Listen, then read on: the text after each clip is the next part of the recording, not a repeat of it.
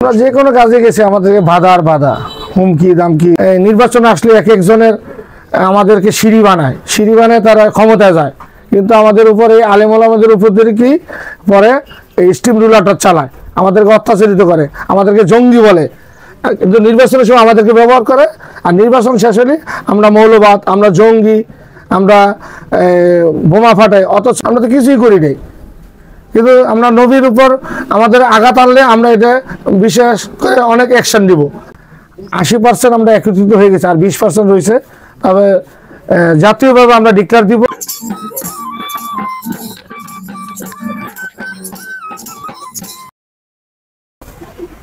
আমি একজন ব্যবসায়ী, আরএফএল এর ডিলার, এই গাজীপুর সদর থানার সরকার এন্টারপ্রাইজ। পাশাপাশি আমি ইসলামিক যত কার্যক্রম আমি করি, আমি ইসলামী আন্দোলনের সদর থানার সাংগঠনিক সম্পাদক এবং মুজাহিদ কমিটির ইউনিয়ন কমান্ডার। জি, আপনারা তো এখন দেশের 5ই আগস্টের পরে এখন বর্তমান সময়ে আপনারা একটা দেশের একটা প্রতিনিধিত্বশীল শক্তি বর্তমানে। তো আপনাদের এমনিতে আপনাদের দীর্ঘদিন তো নানা রকম আন্দোলনের সাথে আপনারা যুক্ত ছিলেন, এই পর্যায়ে আসতে তো আপনাদের অনেক প্রতিবন্ধকতা আপনাদের ফেস করতে হয়েছে। জি, অনেক আওয়ামী সরকার অনেক। আমরা কি ধরনের প্রতিবন্ধকতাগুলো আপনারা ফেস করছেন? আমরা যে কোনো কাজে গেছি আমাদেরকে বাধা আর বাধা, হুমকি দামকি, বিভিন্ন কিছু দিছে। আমাদেরকে মন খুলে কোনো কাজ করতে পারিনি, ভয়ে ভয়ে কাজ করতে হয়েছে। তারপর আলহামদুলিল্লাহ আমরা কাজ চালিয়ে গেছি, আমরা পিছু পা হইনি। ইনশাল্লাহ সামনে আমরা এগিয়ে যাব, এটা আমাদের প্রত্যাশা। আগামী নির্বাচনে ভাবা হচ্ছে ইসলামী আন্দোলন বাংলাদেশকে একটা গুরুত্বপূর্ণ শক্তি হিসাবে রাজনীতির ময়দানে। আপনি কি ভাবছেন আসলে? ইনশাল্লাহ ইসলামী আন্দোলন বাংলাদেশ আগের থেকে আমরা অনেক এগিয়ে আছি, আর সাধারণ জনগণ আমাদেরকে ভালোবাসে। আমরা যেখানে যাই সাধারণ জনগণের সাড়া পেতেছি, আমাদেরকে সবাই ভালোবাসে এবং চায় ইসলামী আন্দোলনের ছায়াতলে সবাই আসবে। কারণ কোরআনের শাসন হলে এই দেশ সুন্দরভাবে চলবে, কোনো বৈষম্য থাকবে না, কোনো হিন্দু মুসলিমই বৈষম্য থাকবে না, সবাই মন খুলে কাজ করতে পারবে। আপনি বিশ্বাস করছেন ইসলামী আন্দোলন বাংলাদেশের মাধ্যমে আমাদের আগামী রাষ্ট্রের সুন্দর একটা বিনির্মাণ হবে, সুন্দর শান্তিপূর্ণ একটা পরিবেশ তৈরি হবে, এরকমই বলছেন আনোয়ার হোসেন ভাই। তো আনোয়ার হোসেন ভাই, আমরা দেখতে পেলাম রিসেন্ট জামাত ইসলামী আমির থেকে শুরু করে অনেক গুরুত্বপূর্ণ নেতৃবর্গ আপনাদের যে পীর সাহেব হুজুরের সাথে দেখা করতেছেন, আপনাদের সাথে সুসম্পর্ক বজায় রাখার চেষ্টা করছেন। তো আমরা যেটা জানি জামাতের সাথে তো আপনাদের একটা আকীদাগত সমস্যা ছিল বা আছেও, কিন্তু ইদানিংকালে কি শুধুমাত্র ক্ষমতায় যাওয়ার জন্যই কি আতাতগুলো হচ্ছে কিনা বা সম্পর্কগুলো তৈরি হচ্ছে কিনা? না, আকীদার সমস্যা এটা সমাধান হইতেই পারে। আমরা একটা আকীদা করি, উনি একটা আকীদা করে, কিন্তু আমরা তো একই আল্লাহর ইবাদত বন্দিগিরি করি।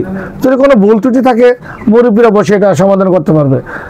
আর ইসলামিক দল তো সারা পৃথিবীতে, খালি বাংলাদেশে না, সারা পৃথিবীতে একটা দল হওয়া উচিত।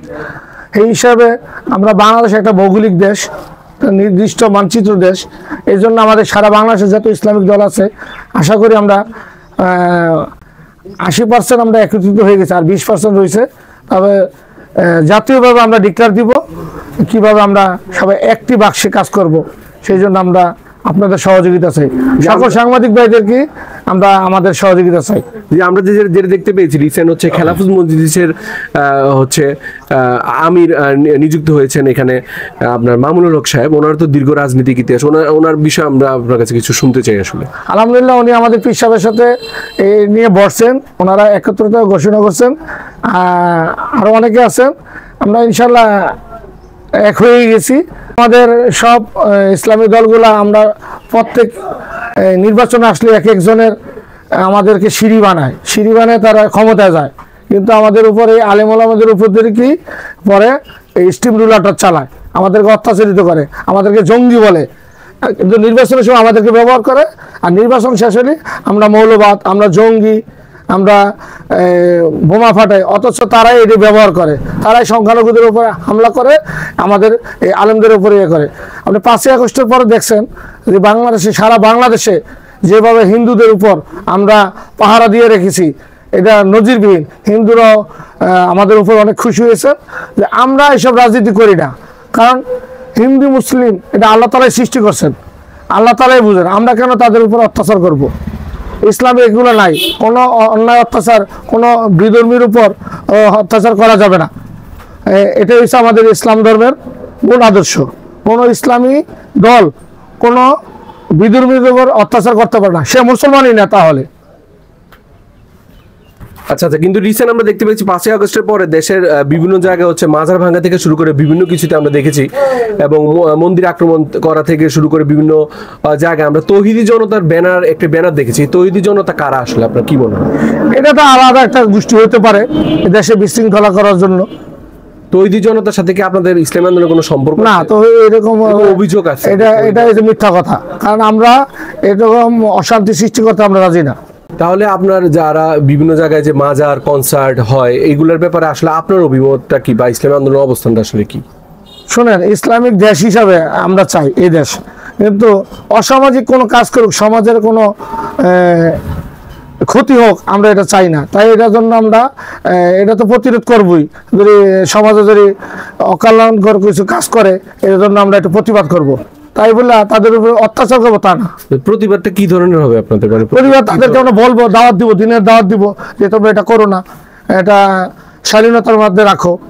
আমরা এবং বিভিন্ন সময় দেখেছি আপনাদেরকে গত 10-15 বছরে আমাদের নবীজি মোহাম্মদ সাল্লাল্লাহু আলাইহি ওয়াসাল্লামের উপরে নানা রকম কটূক্তি, ব্যঙ্গোক্তি, এগুলোর ক্ষেত্রে কিন্তু আপনাদের খুব দারুণ ভূমিকা আসলে এই ব্যাপারে। অবশ্যই নবী করিম সাল্লাল্লাহু আলাইহি ওয়াসাল্লাম আমাদের কলিজার টুকরা, তার উপর কেউ ব্যঙ্গাত্মক কিছু বলবে বা আমাদের নবীর উপর খারাপ কিছু বলবে, আমরা তো ছেড়ে দিতে পারি না।